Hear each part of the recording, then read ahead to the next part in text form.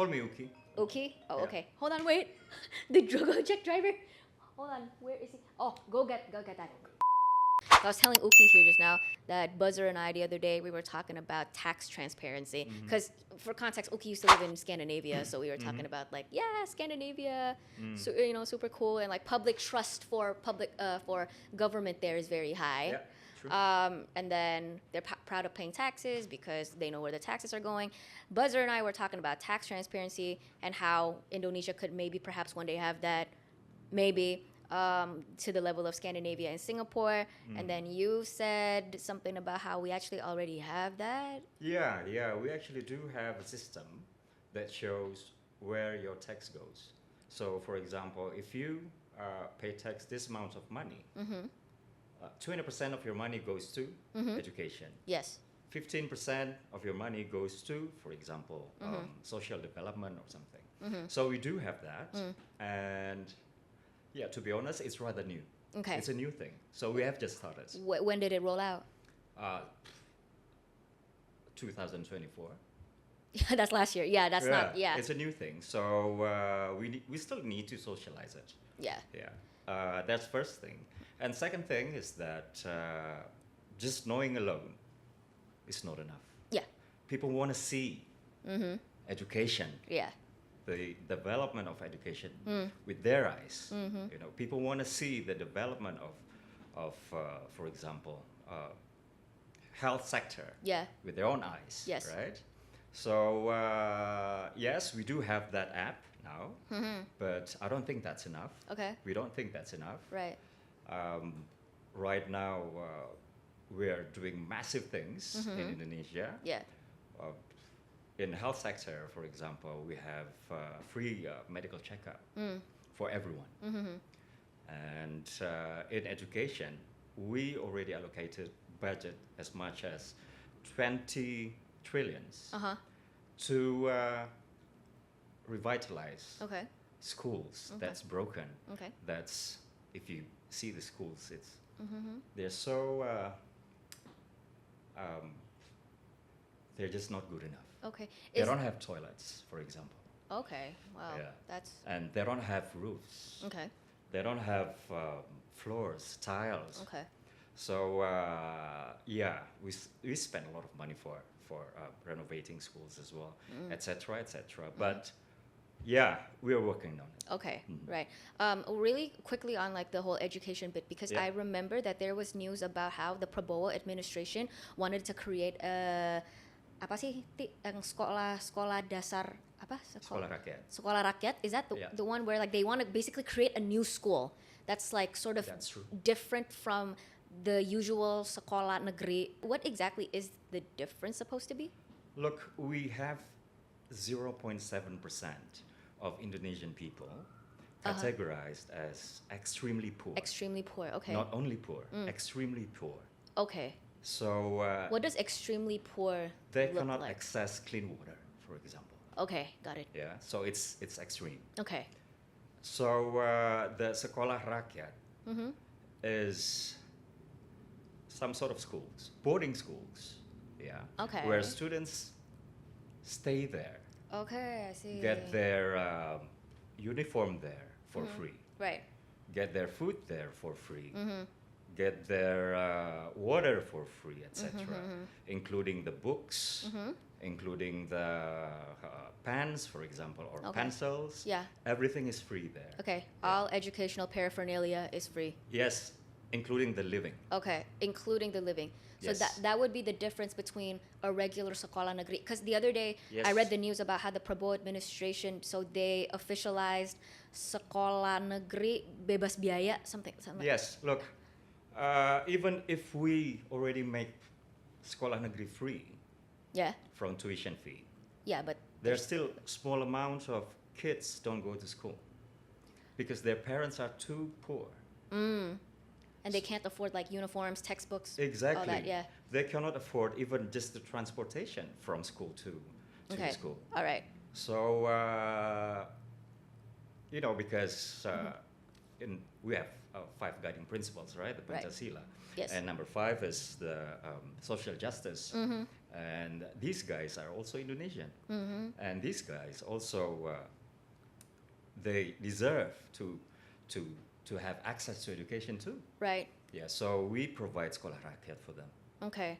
So that means kids that are typically too poor to attend a regular sekolah negeri, like they're just gonna go to a sekolah rakyat. Yes. Correct me if I'm wrong though, however, but lately I've been keeping up with, I mean, obviously I keep up with politics in this country, and like I've been hearing a lot of discourse online surrounding how there's an increasing number of Indonesians that are beginning to not be able to afford going to sekolah negeri. So it's more so like, why don't you just, instead of using up government money to create a new school, why don't you use that money to actually just refine and improve the sekolah negeri and make it more accessible for people from really, really poor, disenfranchised communities, like the ones like that don't have clean water, misalnya. Like I don't quite get it. No, as in like you have money, right? The educational budget. You're using that, some parts of that, to create a sekolah rakyat. Yes. Right?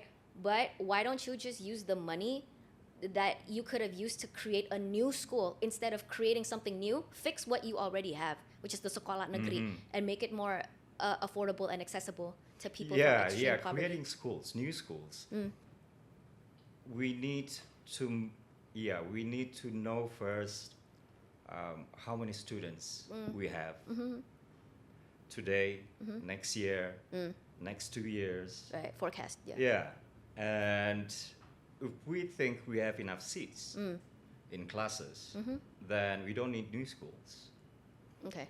If we think we don't have enough seats, then we build new schools. All right. But then the needs for new schools is rather small, rather than the sekolah rakyat, because we are talking about 0.7% out of 285 million people. Yeah, correct me if I'm wrong. You're basically saying you're going to create new schools because you're forecasting that in the future there's going to be too many students that can't go towards a sekolah. Look, if we look at the population projection. Okay. Yeah. We're at 285 right now. Yeah. Our population growth, we're still going to grow. Yes. But the growth is declining. Yeah, because the fertility rate is declining. Okay. We used to be at the point of 2.9, and in 2012 it was 2.7. Okay. Now 2.3. Okay. And the replacement level is 2.1. Okay.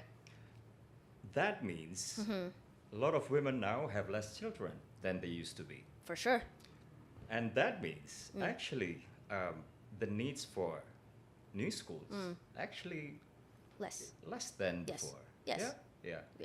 Well, but then that is general point, right? Of course, in certain areas, the condition is different. Yes. But then it's if we're talking about government budget, central government budget, etc. That sort of cases in certain areas probably not the main focus of the budgets. Okay. Because rather small. Okay. Exiting the conversation about educational budget, I actually just want to talk about first and foremost the Presidential Communication Office. Sure. So I feel this is where I want to start. I feel like it's rather ironic for how much social media is often used to channel communication regarding politics and government affairs, especially in this country. Number one, I don't find that the Presidential Communication Office has a strong presence on social media. Number two, when I told a bunch of my friends and like some of my followers on my Discord the other day that, hey, I'm like going to be filming with somebody from the Presidential Communications Office, some of their responses were, there's a Presidential Communications Office. I see. Like, people don't really know who y'all are, what y'all do. They don't even know y'all exist, you know? So I guess like to start, it's like, what do you do? I see. Well, that is actually one very constructive feedback. Criticism. Yeah. Well, this is the thing with us, because we don't have programs. So when we do promote the government's program, the leading sector is never Presidential Communication Office. The leading sector, probably, let's say, the Ministry of Education. Okay. Or the Ministry of Social. Okay. Or the Ministry of finance, for example. So yes, we do appear on TVs a lot. I was gonna say, I see you guys Yes. mostly on TV. Yes, but we never promote ourselves. Interesting. Yes, because yeah, that's not why we exist. What do you exist for then? We exist to communicate government's main programs, Yes. government's priorities, and strategic policies to the masses, to the people. Okay. So at the same time, as I said before, that government's main programs are usually carried out by certain ministries. Ministries. Yeah, not okay. us. For example, if we're talking about school meal programs, Okay. the MBG. MBG, Yeah. the leading sector or the leading sector is actually the BGN, right? The National Nutrition Agency. Okay, yeah, because it falls It's- under there. Yeah, it's not us. Okay. So yeah, we don't promote ourselves.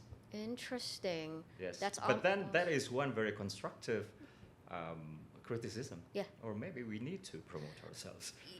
No, that's what I'm saying. If you're the presidential communication office, your job, I'm going to assume from the name, is to communicate the agendas of the administration, like what policies you guys Exactly. are rolling out. And MBG is one. That's like the highlight of this year. Not only should you guys, actually be more active in communicating that, but also my second input.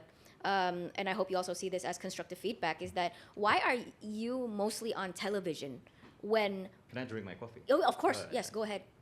Why are you mostly on television when I feel like, especially if we're talking about the younger generation of Indonesians, we mostly dominate on social media. We proliferate on social media. And not only that, we are the ones that mostly control the narrative on social media, right? Especially when it comes to politics. Well, actually, we do communicate on social media as well. Okay. We do have our social media accounts, of Yes. course, Yeah. on Instagram, on TikTok, on Twitter. But then again, as you know, if government says something about how we are running this country, Yeah. the engagement is rather low Okay. than something sensational, Yes, of course. Yeah. I understand that. than something that has more controversy Yes. Okay. than its substance, for example. Yeah, so we do have our social media, Okay. and we're still trying though to make our narratives more interesting for young people like you Yeah. and your colleagues, for example. Yeah. We're still trying. Yeah, because I must admit that not only in Indonesia, in most countries, in most countries with democracy, Yeah. government statements are often boring, right? Yes. Yes. So young people, they don't really listen. You know what? I have this one whole episode is just going to be me giving constructive feedback to the PCO, because to be honest, to your point about how it's kind of boring, it is very oftentimes boring. Yeah. I feel like, especially somebody who's Gen Z, our generation, we have a very not distinct, but we definitely have a preference for the way that we communicate. We're usually a lot faster, we're a lot more straightforward. Yeah. With politics, what a lot of people take frustration with is how politicians and government officials have a bad reputation for how you guys keep going around in circles. Y'all can't just talk straightforwardly to us. But then one thing, we don't use buzzers. The government doesn't use buzzers. At least in this administration. This administration does not use buzzers. We don't use buzzers. Yes. That is... So, yeah, Pak Hasan Aspi, the Yes. chief of PCO, PCO. once was asked by someone, Okay. why don't we use buzzers to dominate opinion Okay. on Yes. social media? Okay. And he said, no, Okay. it's unhealthy. Okay. Yeah. So if our way of communication still doesn't touch the heart of the Gen Z, then it's our homework. So, but then if we try too hard, Yeah. to look cool, Yeah, then it's wrong. Yeah, no, don't like stay in. You know the saying, "Stay in your lane." Yeah. Stay in your lane, like like you're not. Don't be a 50-year-old trying to act like you're 27. Like Exactly. that's not gonna fly. Exactly. But I think it's more so just like one thing that I feel like it's a small change but could go a very long way is if government officials can just learn how to talk more straightforward. But then Gen Z is living in two Camps? regimes at the same time.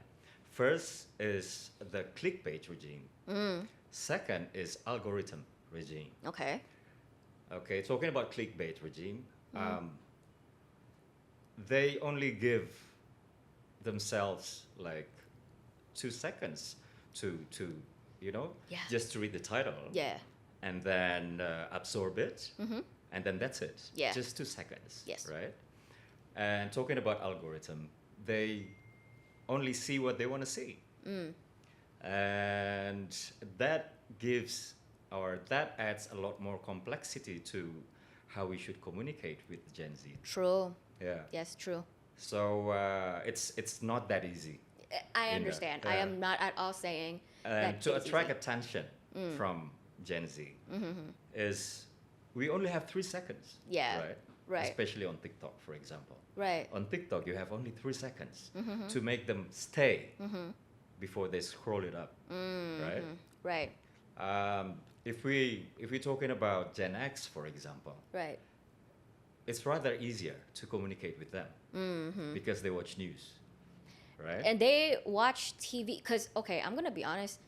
I know you guys are mostly on TV because you post clips of you on TV on social media. Yes. I don't remember the last time I watched an actual television. I think it was like Pemilu.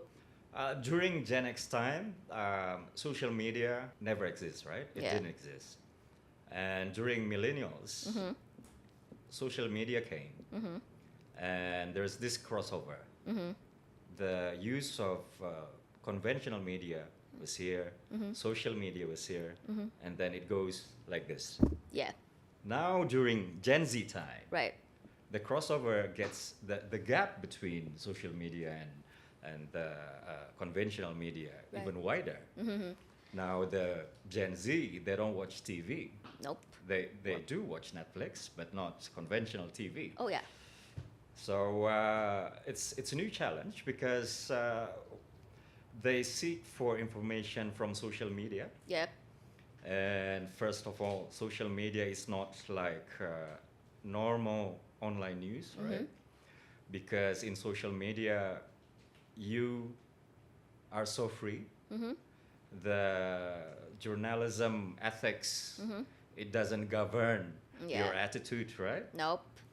And the law also treats you different if you are journalists or just social media players. Right. So in social medias, you need to be very careful because the information you get there Yeah.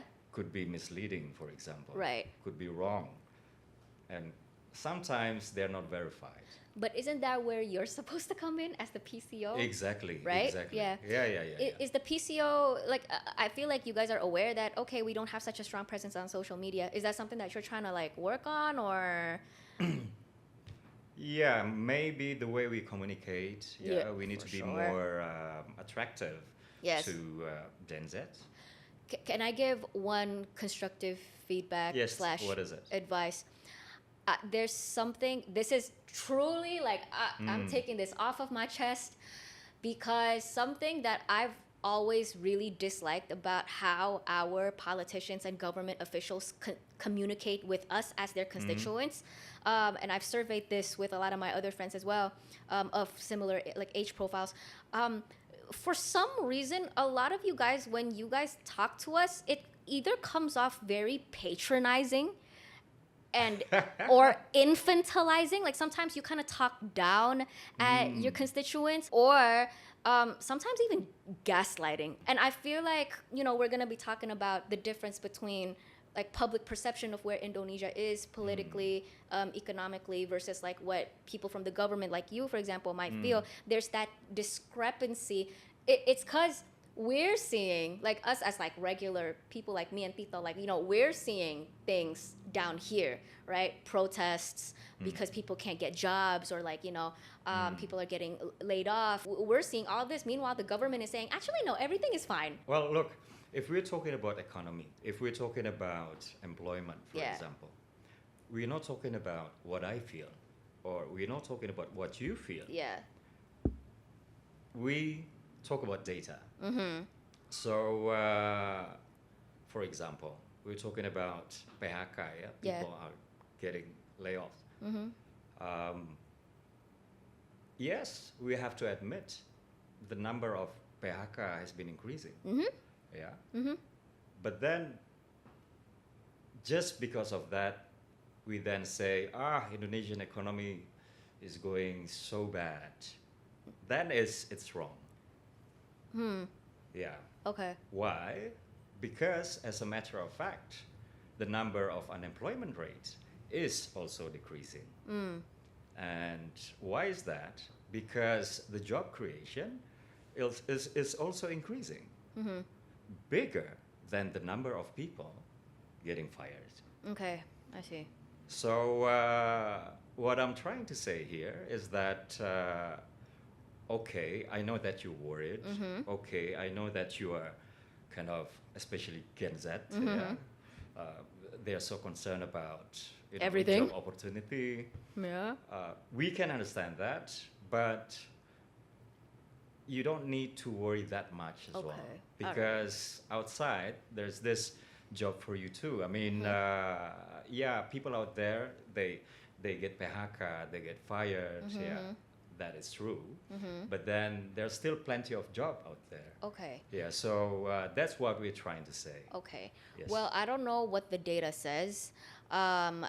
Would you feel like it's also part of your job? I'm not just talking about the PCO, but more so just like the government, everybody, all of you in government, you have a job to also, whatever data is out there, especially data that can reaffirm us and like, you know, give us reassurance like of our worries. Like, shouldn't that also be your responsibility to communicate that to the people?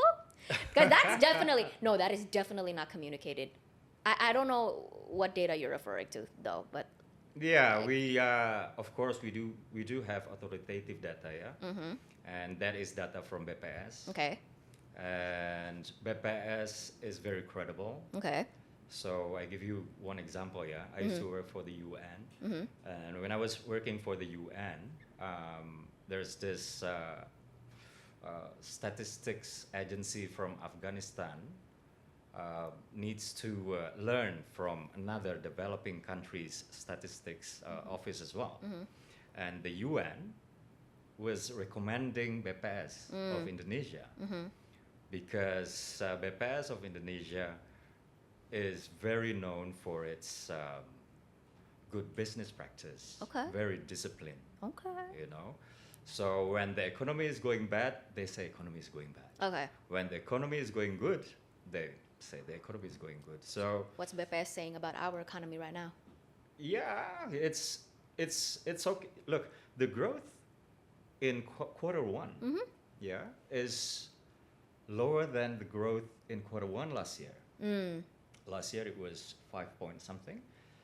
This year it's 4.8 something. Sure. Yeah. So the PPS is it's lower. Okay. Yeah. So not enough to say whether it's good or bad, just like overall. Of course, it's not the way we want to happen.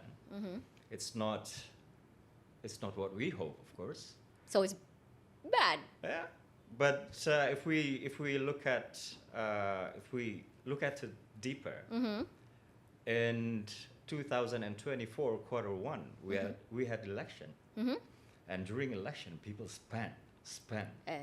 Yep. Yeah, and if we're talking about growth from this year to this year, we're talking about what happened this year and what happened this year.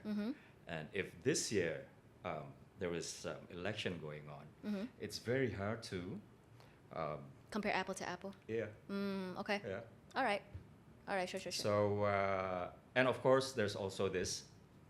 Yeah, our job is so when I was inaugurated, I remember the message from Pak Hassan, the chief of PCO. He said our job is to become clear water, jernih, and menjernihkan, to make things clear. So being clear water is easy, yeah, because you just give information. Yeah. But menjernihkan is not easy, because then you need to go to wadah yang keruh, and then clean that thing up. Yeah. Right. Whatever dirty water's inside, you gotta clean it up first. Yes, exactly, and that means a fight. What kind of fight? Cognitive warfare. Yeah. And that is happening everywhere. See, that is what we are Dealing with. dealing with today. Okay. Yeah. So about the growth that is not as good as last year, we admitted, we explained, and it's sometimes people just want to say, so do you think it's good or bad? Of course, this is not what we hope. Okay. This is, we hope. What kind of government hopes that the growth decrease? Right? Yeah. No. Yeah, but we can explain. Okay. So that's what I'm trying to say. Right. Yeah, and then out there, there are certain groups want to monger fear.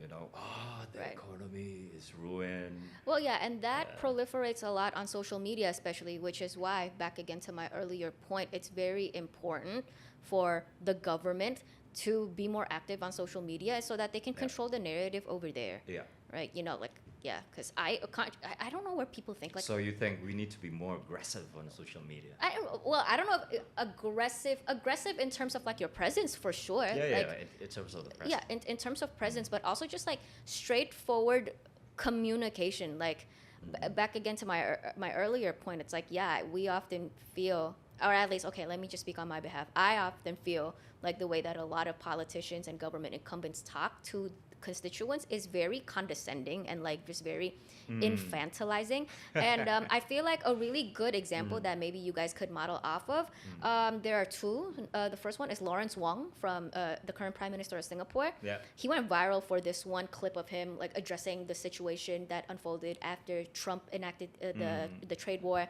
to Singaporeans, and how he was basically saying like, okay, Singapore's in a really difficult predicament, but if we stick together, we'll be fine. Yeah. And he was praised very highly for that, and rightfully so, because his communication was very, it wasn't condescending, like it wasn't manipulative, it was straightforward, but it was straightforward and reassuring. That's really good to model off of. And then there's also Bernie Sanders from the United States. I love that guy. Right? Yeah. And especially like, I don't know, what I like is just the way that he communicates, right? It's like I feel like I can speak this on behalf of Gen Z. We really want politicians and government officials that can actually just like give it to us straight. Like just tell us like what is happening. You know, like we're not expecting miracles. Like we get it, people in government are human. Like we succumb to factors that are beyond our control. But we just really wish like if you guys could talk to us like we're like regular human beings. Like talk to us like the way you would talk to like your mom or something, or like your friend. You know, yeah, that's one advice that I can give. Yeah, sure. Thank you very much. Yeah, yeah. Look, I read this survey. Yeah. So this survey conducted survey on millennials. Okay. Right. So talking to millennials, you need to use their language. Unless you use their language, they won't be interested in listening to you. Doesn't matter how important what you are saying. Yeah. Right. And Gen Z. Even more so. Exactly. Even more selfish than the millennials. I was gonna ask from the PCO, how many like do you guys have Gen Zs on your team? Quite many. Okay. Yeah, quite All many. right. Quite many. Use them. Of course. Yeah. Yeah. Some. If you notice, some of the on some of the PCO's what is it posts, Yeah. we use Gen Zs. Okay. Yeah. They speak on our social media, Right. etc. But then, I mean, Gen Zs are usually in our office, works as inspirators. Yeah, what sort of issues that attract another Gen Z's attention, and what do we need to deliver, and how to deliver the message Yes. in their language. Yes, we do use them. Okay. We do use them. Alright. But could- this office is a new office, Indah. How old's the PCO? It was born in September 2024. So Oh, y'all are new. very new, very new. So in okay. case you've heard about some other institutions more than PCO, then or that institution stick Right. in your head more than Right. PCO, then that's normal because PCO is rather new. Oh, okay. Yeah. All right.